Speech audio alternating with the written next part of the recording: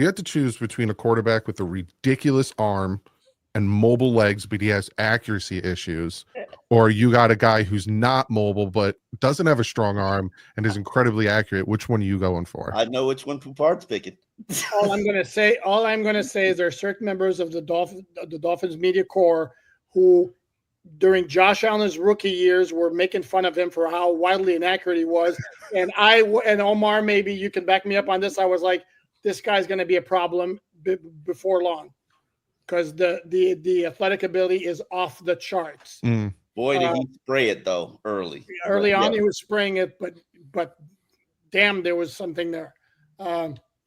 Yes, that is true. That is accurate. Which is why I know Poupard will always pick the arm, because he's a arm queen. I resemble that label. I am going with accuracy. I want efficiency. I want execution. I want you to convert third downs and keep your team on the field. I want you to score touchdowns in the red zone, not field goals, touchdowns. And yes, I love a scrambling quarterback, but that eventually fades. Look at Cam Newton. I keep waiting for Josh Allen to fade, and eventually he's going to get old enough, or he's going to be hit enough where it's going to fade. If not, he's a first ballot Hall of Famer. But Lamar Jackson, Lamar Jackson too. Lamar Jackson has worked harder at being a pocket passer, and I respect that. And so is Josh Allen. But he has there were some in the South Florida media who don't necessarily cover the Dolphins per se, whose name I shall not mention, who kept ragging and making fun of Lamar Jackson as a passer in his early years. And it was like, the hell are you watching? And this guy now has become a very, very good passer, and on top of being like a ridiculous. Yeah, I remember a few years ago we called him a running back. He came to Miami and torched us for 5 touchdowns. Yeah, but that was 2019. I'll never get that. I was at the game. But I'm gonna take the mobile guy with the arm, because I actually was opposite of that in the past. But Tua has showed me that I'm gonna take the mobile guy with the arm, and the main reason why, you're gonna need about 12 of those passes to go down the field. And sometimes you just got to make the league easier by that one big explosive play. And that accurate guy, a lot of times it's the bang, bang, bang, bang, bang. All right, we passed the 50. Bang, bang. Teams like the bend but don't break. They like that. The defenses that bend but don't break, they like that, because they're waiting on that offensive hold. They're waiting on you give them a greater chance for penalties. People talk about, the Miami Dolphins having a lot of penalties now. When you run this kind of offense, you open yourself up for a higher probability of penalties, which all it takes is one, and now you're behind the sticks, 3rd and 12, or whatever it may be. So I'll take the guy with the arm and mobility, because when their secondary is on point, there's another element you got to worry about. So do you think it's the league has changed? Because if you look at it the way it used to be, like Joe Montana, he didn't have a crazy arm, but he was incredibly accurate. You even Peyton Manning, Tom Brady, Tom Brady didn't have a weak arm, but he wasn't Josh Allen-esque arm. You know what I'm saying? These guys were more, I'm going to tear you up in the pocket. I'm going to, pinpoint throw. Whereas now you see the guys who are leading the league is Josh Allen, Lamar Jackson, Patrick Mahomes with the leg. Do you think there's a shift, or do you think it'll ever go back to being pocket passers? No, I don't think. I think there's a shift, and they're opening the door for more athletic black quarterbacks to be actual quarterbacks. Where back in the day they used to force them to change positions, and But I agree. While I have my personal preferences, I know I'm a dinosaur. I'm still running an offense with a fullback. Yeah. I don't mind. The NFL, I know defensive coordinators and very good defensive coordinator. They want that Tua guy. Give him to me. Give him to me. They don't want the scrambling guy. They don't want that guy, because that guy's going to break the rules and break contain. And that's the new way of football. Unfortunately, it's how many of those guys? How many of those guys came into the draft this year? Not even Cam Ward. He's not that quarterback. Those guys are so few and far between, and it's hard to find. But I guess when you see another one coming up the pipeline, you got to tank your whole season to go get him in order to, and then hope he develops and pans out. I think we've learned from the tank. It's not exactly the most ideal thing to do, but it's I think that the league will come back. I think pocket precision passers will eventually come back and be in vogue. Here, two quick things, if I may. Number one, I don't think so because defensive players are getting even more athletic than ever, and the space is even more limited than ever to get the ball in. And this is where, to me, my definition of good arm strength isn't necessarily the bomb over the top. It's the ability to throw a fastball when you need to squeeze it in a tight window. And this is, or get some zip on the ball if you're throwing on the move. And this is where, like Tua, if he can set his feet, will throw the beautiful deep bomb. Mm-hmm. That's not an issue. But if he can't set his How long feet it take to on get the run, there? that ball's not going to get there very fast. Or if he's got a very tight window and he needs to zip it, he can't zip it. Or he needs to throw out to the boundary because everything, and he can't set his feet. Oh, it's going to be bad. It's a rainbow.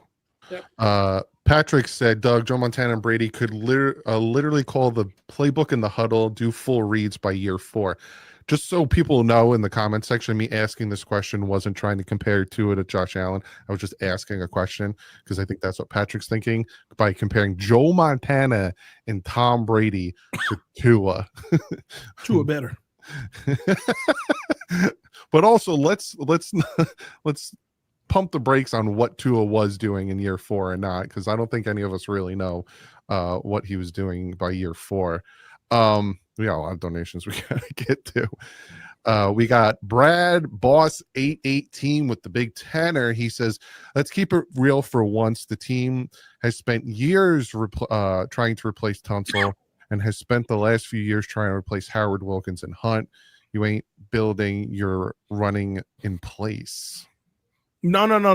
We're actually running backwards. The reason why I say that, this year and next year, when you lose 4 good players, you're only kind of gaining 2 for the long term. Same thing next year. Teron Armstead. Okay. Calais Campbell. Mm-hmm. Javon Holland, we lost. I'm still waiting for the good player. Well, I mean, you know what I mean. Again, no, I'm with you actually on that, Omar, but let's not act like he wasn't on the better side of. He was a guy. He was a good guy, not a great guy. Show me the time he was anything more than a guy. Jacksonville, that's it. I'm with you. I'm actually not Ashton big on Davis Javon has Holland. more interceptions than Javon Holland, and he doesn't even play. And the last one is going to be Ramsey, is what I'm saying. Oh, okay. And all you really did is add it to. And next year, same thing. Who the two they your had? Draft picks, and you're hopeful on those. That's all I'm saying. But that's what we're kind of doing, because anybody else in free agency isn't even long term. It's a short term situation. So that's why I say Dolphins actually going a little bit backwards. Next year, it's going to be the same thing. Yeah, but hold. Time out. A little bit backwards from an 8-9 team that played without Tua for 6.5 games. No, I'm not talking about the roster. I'm talking about building your team for the future. We're like, and we're talking about the better part of the roster from a player standpoint. Next year, Chubb is probably gone. Next year, Tyreek is probably gone. Next year, Jonnu could very well be gone. And probably in 1 or 2 more of the better players, right? And then you're going to do, replace them again with another 2 in the draft. So that's why next year. Yeah, but that's my point. I hear what you're saying. I think the philosophical shift that they've had, where they're like, F them picks, we in it to win it, and they've gone, let's chill out on that. Let's actually develop some young talent. And I think a lot of these 5th round picks and 6th round picks are going to get plenty of opportunity to play, plenty of opportunity. It's going to be like 2019, where you just play everybody. But you actually had a coach that developed a few people. This regime right now, I don't know who's been developed. Who's been developed? I'm going to remain silent on that because I don't think Brian Flores developed anybody. No, he developed some of those guys on defense, Nick Needham and all. Who did he develop? Who did Brian Flores develop? Tell me he didn't squeeze the most out of Jerome Baker for 1, Emmanuel Ogbah for Hold on. Jerome Baker. Okay, Jerome Baker played well with Nick Needham. Jerome Baker played well before he got there, but that's besides the point. Go ahead. He had his 1 rookie season where he was okay, and then he blossomed under Flores. Emmanuel Ogbah. Okay, I'll give you Emmanuel Ogbah. Andrew Van Ginkel. Although he didn't I think Van Ginkel blossomed after. No. You were totally wrong on that on Twitter, Omar. Flores wasn't the one that suppressed Van Ginkel. You're right. It was Boyer. Yes, and then he got back with Flores and took off even more in Minnesota. So give Flores credit on that one. See, we giving it to Omar. And I'll get another one is, even though he had some good years beforehand, X was never better than he was under Brian Flores. His two best seasons were what? 2020. X was out there naked and shadowing his whole career of Flores. Flores didn't do nothing to help X. That was all X. Flores didn't do nothing to help X. What did Flores do to help X? X never had help. X was out there. Maybe he allowed him to have. He gave him the responsibility to play cover against the good receivers he was facing. Okay, and that's called ability. I'm sorry. It's called the coach putting his player in the best position possible to succeed. I mean, I know you don't like Flores, but dude, seriously. The whole defense was built around X being out there butt boongie naked. The whole like I'm sorry, I'm not giving you credit. If you helped me and put me in position to succeed, no. The whole defense was on that man's shoulders. You didn't put me in position to succeed. You put me in position to fail, and I somehow succeeded. No, sorry, no. Yeah. My whole point is Flores developed more than McDaniel has. McDaniel developed Tua. Did he? Waddle developed Tua, or just did he? Or the weapons just came in? Receivers. All right, I'm not gonna do this. Okay, hold on. Did you just say Waddle? Waddle took off under Flores. Waddle's rookie season was mediocre. He was a slot receiver. He still have like 900, 1,000 yards.